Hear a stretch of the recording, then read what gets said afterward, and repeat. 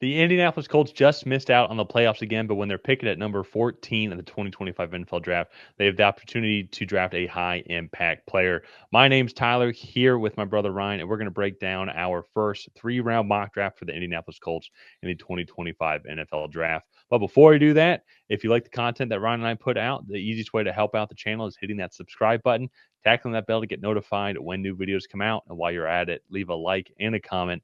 Let us know what you think of this draft and why.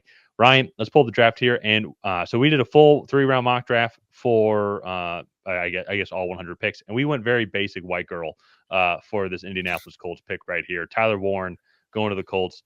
It's very interesting spot here because it's the way the draft worked out. There were some other defensive tackles, defensive linemen that they could have gotten. Like you see, Kenneth Grant was still available there. Tyler Williams was still available there. Some of the top edge rushers were gone, but like, would they go edge rusher again after they went Latu with their first overall pick last year?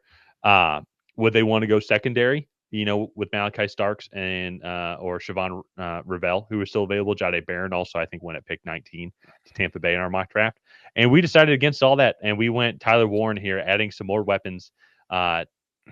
Still, even too, with this coaching staff, whether they're still the coaching staff and the GM is still here after 2025, at least whoever comes in and whichever quarterback is going to be the guy, Anthony Richardson or not, they're going to have a solid set of weapons still in that Colts locker room with Jonathan Taylor leading the way. You're going to have Michael Pittman. You're also going to have Josh Downs. You're going to have A.D. Mitchell, Alec Pierce. And now they finally have a tight end in Tyler Warren, who's had an amazing career at Penn State. He was, if we're being honest, maybe outside Nick Singleton, like the only real weapon I feel for Drew Aller to throw to. And he was one of the major reasons for the offensive success that Penn State had here. So I think the Colts will be getting a phenomenal athlete. And also, too, Ryan, if I'm not mistaken, I think he used to be a quarterback as well. Yeah, I thought so.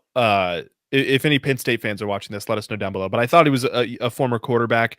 The big thing for me with this pick is maybe he's not like the best player on the board, but my big thing is there's value that you can get later in the draft.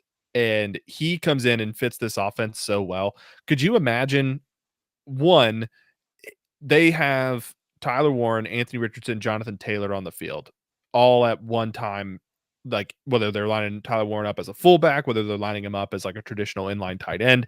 I think that gives Shane Steichen so much creativity to do like with this offense that he can do just about anything. But then also like they could run power in like a hurry up setting and then at the same time go flip Tyler Warren out in the slot or even out wide and then like go into like a 4 wide set and really kind of start putting defenses in a lot of binds personnel wise. And so I think this is a really solid pick here by the Colts. Just gives them a lot of versatility and a lot of different looks that they can give defenses here as well. And then not to mention Tyler Warren is just a natural playmaker. I think he's going to do a really good job here. They could go another route, but everybody is making this pick right now because it just makes so much sense that Tyler Warren ends up as a Indianapolis Colt.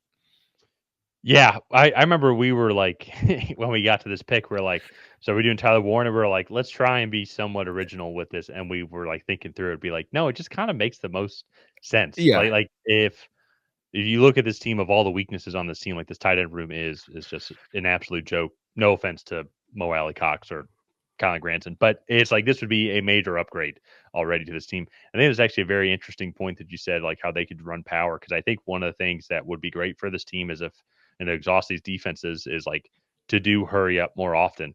And it's like when you get the personnel out there and be like, we're just going to run it down your throat, but then we have the option to pitch it out to our playmakers, which I think would be very interesting. So, but yeah, going back to the draft, though, Tyler Warren with their first pick in the 2025 NFL draft, with their second pick, end up going with Kevin Winston Jr., another Penn State player as well. He didn't play that much this season. He got hurt early on, but he is a extremely solid safety for Penn State. Had a great career there and a lot of promise on film. I think Indianapolis Colts will be getting a very solid player in that secondary, an area where they have some solid players, but if you're just trying to increase the just trying to improve this pass defense overall. I think that can be absolutely an area that they can improve in. Maybe can include him more in nickel, and they can move him around in the box Mhm. as well.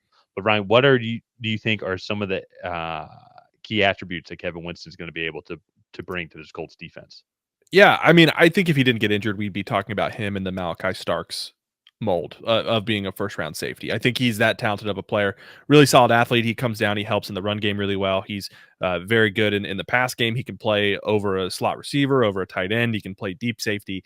He can really wear a lot of hats, I think, for a defense. And for a team like the Colts that needs a lot on the back end of this defense, I think that this is a really solid pick and a swing worth taking because if it doesn't work out, sure, you're out a top 50 pick. And like his injuries, like can't like he just keeps having them. And that's a risk that one, you're taking with all football players, but two, like it's a risk I'm willing to take because if it does work out and he is able to have that 8-year career, 10-year career for you, I think you have a top 5-10 safety in the league, and the back end of your defense will be much more productive just due to him being back there. So has really good hands as well. I think there's a lot of positive things that he brings to the table. His biggest red flag is just that he missed this year with injury, which is why he falls to you at 45. So Yeah, yeah, I like the fit. If they want to go more like a true corner route, Azariah Thomas out of Florida State had a really good Senior Bowl week. He kind of had that Quinion Mitchell rise, but not to the same effect that Quinion Mitchell did because he propelled himself into top 20 pick consideration, where Azariah Thomas went from he's a good corner to, okay, this is probably a top 50 player. So, yeah. Yeah, I think another guy too as well they could go after is the guy who was picked next by my Atlanta Falcons, Nick Armanwari. He's a true like strong safety. Like I think you said yesterday when we were doing our Atlanta mock draft, is like he's one taco away from a linebacker. Like just an absolute physical guy, and that could be a guy they could bring into the box and provide some more pressure and could help out playing nickel or in some of these other like maybe 4 wide receiver sets could help out a yeah. lot. And so, but a lot of different options I think for the Colts to go here. Moving on to their last pick, and I'm going to butcher this name here as well. We did this wrong, but JJ Pegasus, no relation to Hercules Pegasus, defensive tackle out of Ole Miss here. Solid athlete overall. I think one of the reasons why we went this route is he has a very solid run grade as well. And I think one of the things that the Indianapolis Colts defense, they just in general, just need better defensive players in general. But I think to really help out the run defense as a whole, he is 6'2". So he is 325. So I do wonder if his height might play a little bit of an issue, but he also has solid pass grades as well as he had multiple sacks this year also. And so, Ryan, first, how do you pronounce his name? I think it's Pegues. Pegues. I like Yeah, Pegasus a little bit more. Actually, I think that could be. it's We call it. cooler. His nickname could be Hercules. I think that could be it there. And Maybe. That so, was actually Lucas Van Ness. That was his nickname a couple years ago when he was in was the draft. I don't Hercules? know why. Yeah, I don't know why I know that, but If JJ Pegues gets drafted by the Packers, it could be yeah, Hercules Pegasus. And there you go. yeah, maybe. But I like this fit. My biggest complaint is that the Colts have prioritized speed and pass rush in their defensive line. And I understand in today's NFL you have to be able to get after the quarterback. I just don't necessarily feel like it should be at the sacrifice of solid run defense. And the Colts run defense did get better in the second half of the season. I'll say the last 6 games, not the second half, but the last 6 games it was better. And Not I the Giants do game, but that's okay. well, nothing was good in the Giants game. But I do feel like that this is good value here. Maybe you're reaching a little bit. Maybe like CJ West, the Indiana defensive tackle, who a lot of Yep, people would probably love for the Colts to draft at 80. I I would. think would be good value as well.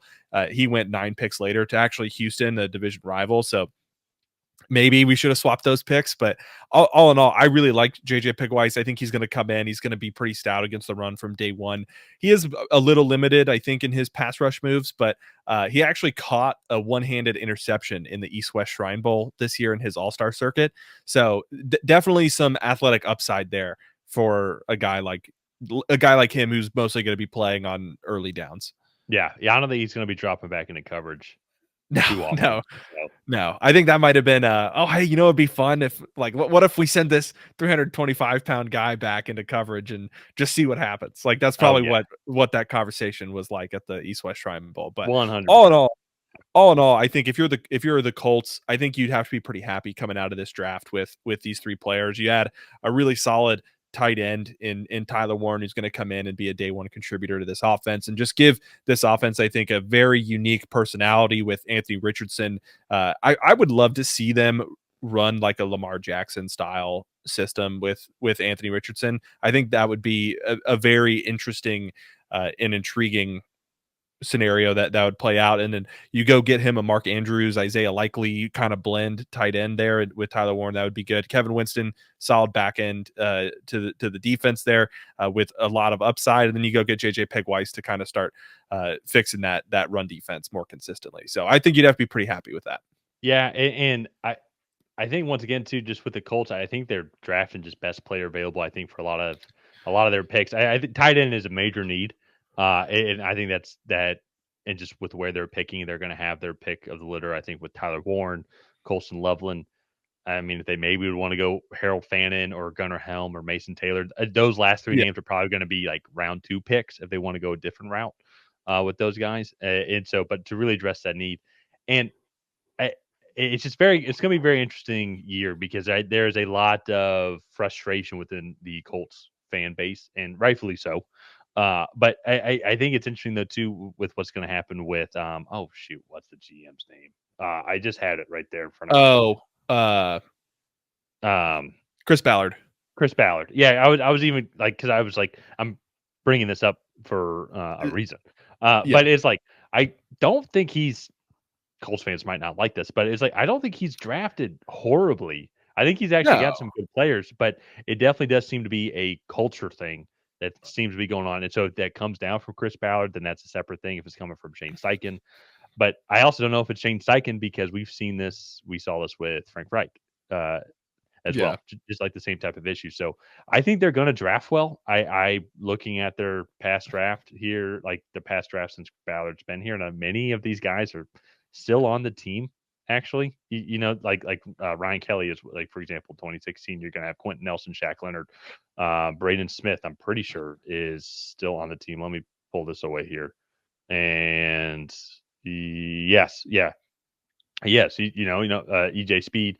Bobby Okereke is not on the team anymore, but he's been a solid contributor for the team. But he's been on Michael Pittman Jr., Jonathan Taylor, Julian Blackman. Like down. Like yeah, there. yeah. That was the 2020 picks. Yeah. Quiddy Pay. Shoot, they drafted Kylan Granson. I know we're going to be drafting a tight end, but this guy's still been like on the team consistently. Well, actually, I take that back. I don't really want to be hanging my hat on on Kylan Granson. Yeah, I mean, Kylan Granson.